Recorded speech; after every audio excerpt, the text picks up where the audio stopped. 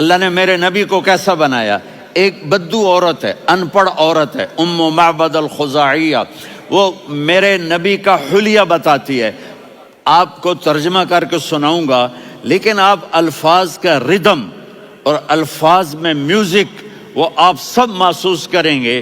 وہ بدو عورت کہتی ہے رأیت رجلا ظاہر الوضاء ابلج الوجه حاسن الخلق لم تعبه ثجلة ولم تزر به سعلة وصيم قصيم في عينيه دعج في أشفاره وطف في صوته سحل في لحيته كثافة في عنقه سطع وصيم قصيم أكحل أحور أزج أقرن إن تكلم علاه البهاء وإن سكت فعلاه الوقار وكأن منطقه خرزات نظم ينحدرن.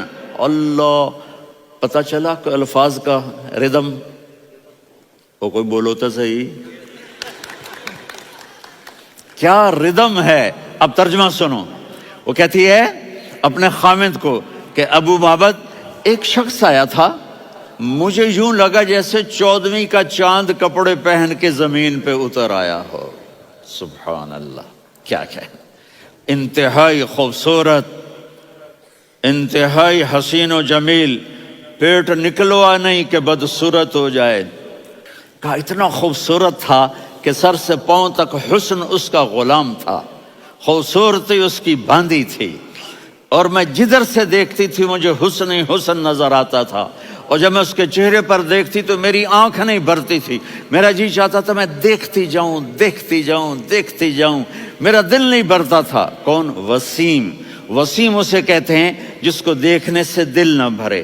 قسیم، جدھر سے دیکھو حسن ہو، اسے کہتے ہیں قسیم، کہ اس کی آنکھیں بڑی موٹی.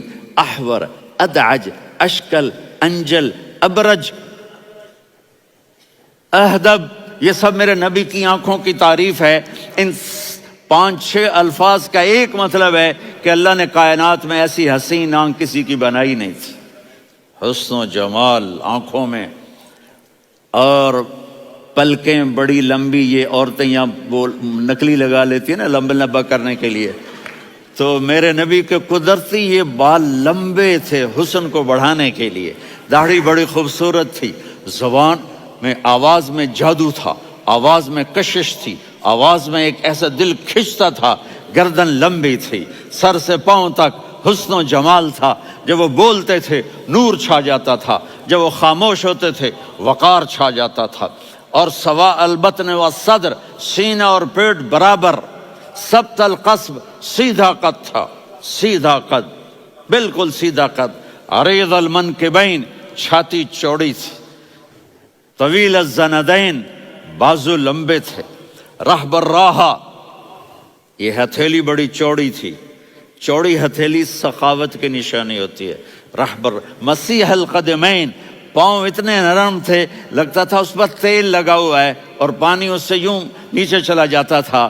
اور یمشی تکفین، کندھے جھکا کے چلتے تھے. اللہ، یہاں 4 آدمی سلام کریں تو آدمی یوں ہو جاتا ہے، اور میرے نبی کو فرشتے سلام کر رہے ہیں اور آپ یوں چلتے تھے، ایسے ایسے چلتے تھے، تھوڑے سے کندھے جھکا کے چلتے تھے. ایسے آپ کبھی نہیں چلے. جو دیکھنے میں ایسا حسین ہو اس سے پیار کیوں نہ کیا جائے. خاندان اونچا ہو تو آدمی اس کی قدر اور عظمت کرتا ہے. میرے نبی کا خاندان کیا ہے؟ میرے نبی نے فرمایا اللہ نے آدم کی ساری اولاد سے عرب کو چنا، عرب کی ساری اولاد سے مضر کو چنا، مضر کی ساری اولاد سے قریش کو چنا، قریش کی ساری اولاد سے ہاشم کو چنا، اور ہاشم کی ساری اولاد سے اللہ نے مجھے چنا. میں سب سے اعلیٰ خاندان کا ہوں، عالی نسب ہوں. میرے اللہ نے میرے 10 نام رکھے ہیں. میں محمد، میں احمد، میں ماہی، میں حاشر، میں عاقب، میں فاتح، میں ابو القاسم، میں طٰہٰ، میں یاسین. ان سے پوچھو. میں ایک مثال دیتا ہوں.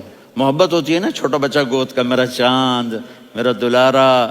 یہ اس کا بچہ بٹن جتنا، یہ نبیل کا اتنا سا ہے، تو اس کو کبھی یوں اٹھاتا ہے، کبھی یوں اٹھاتا ہے، کبھی یوں اٹھاتا ہے، کبھی یوں اس کو لوریاں دیتا ہے. میرا چاند، میرا کالا ٹٹ، میرا چاند، میرا چاند. تو میرے رب کو اپنے حبیب سے محبت ہے تو صرف محمد نہیں کہتا، چونکہ محمد کہنے سے محبت کا فلو نکلتا نہیں، تو اللہ نے اپنی محبت کے فلو کو نکالا، میرا محمد، میرا احمد، میرا ماہی، میرا حاشر، میرا عاقب، میرا فاتح، میرا قاسم، میرا ابو القاسم، میرا طٰہٰ، میرا یاسین، یہ اللہ نے اپنے حبیب کے نام۔ اور پھر قرآن میں جاؤ، شاہد، مبشر، نذیر، داعی الی اللہ، سراج منیر، رؤوف، رحیم، عزیز، حریص، مزمل، مدثر، یہ اللہ نے پورے قرآن میں سارے نبیوں کا نام لیا، یا عیسیٰ، یا موسیٰ، یا یحییٰ، یا ابراہیم، یا نوح، نام لے کر پکارا، لیکن اپنے حبیب کو ایک دفعہ بھی یا محمد نہیں کہا بلکہ لقب سے پکارا، یا ایھا النبی، یا ایھا الرسول، یا ایھا المزمل، یا ایھا المدثر۔ میرے رب نے اپنے حبیب کو ساری نسلوں میں سب سے اعلی نسل بنایا۔ اگر اپنے نبی سے پیار نہ کریں تو کس سے پیار کریں؟